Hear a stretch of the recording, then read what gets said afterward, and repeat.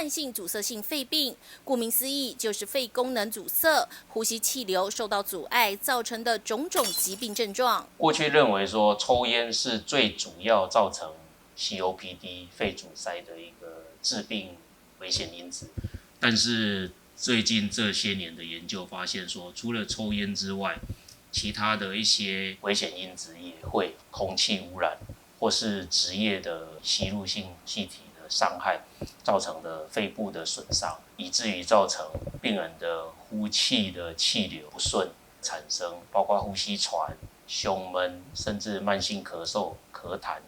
等等的这些症状。40岁以上有抽烟史或是长期暴露在有害气体环境下的民众，都是 COPD 的高危险群。如果又有呼吸喘、咳嗽等症状，就更要小心。有一个62岁病人，常常在工作的时候就会觉得呼吸很喘，有持续抽烟，胸腔里面就有吐不完的痰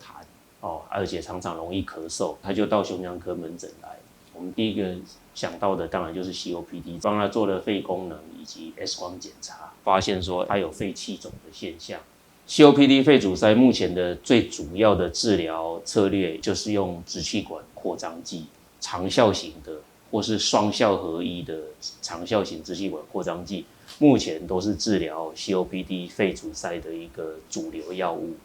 那这个病人在给他用双效的支气管扩张剂治疗之后，那其实症状改善。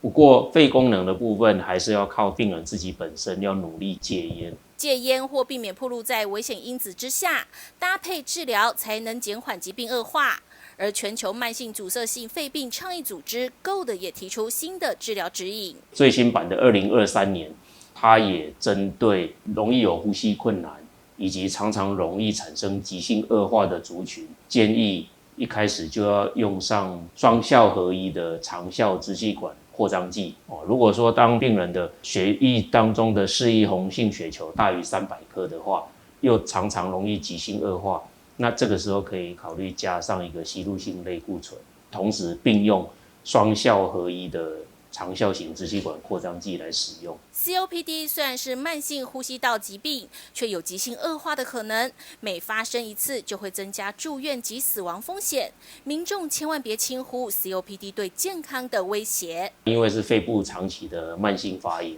那所以它常常容易合并产生一些共病，心脏可能也会跟着出现问题，可能糖尿病的机会也会增加。那其实对病人整个的健康状况，那以及生活的品质，其实影响是更大的。那做这个肺功能筛检的目的，当然是让病人也好，或是甚至是家属也好，那他们如果经过我们的这个第一关问卷的填答，发现说，他是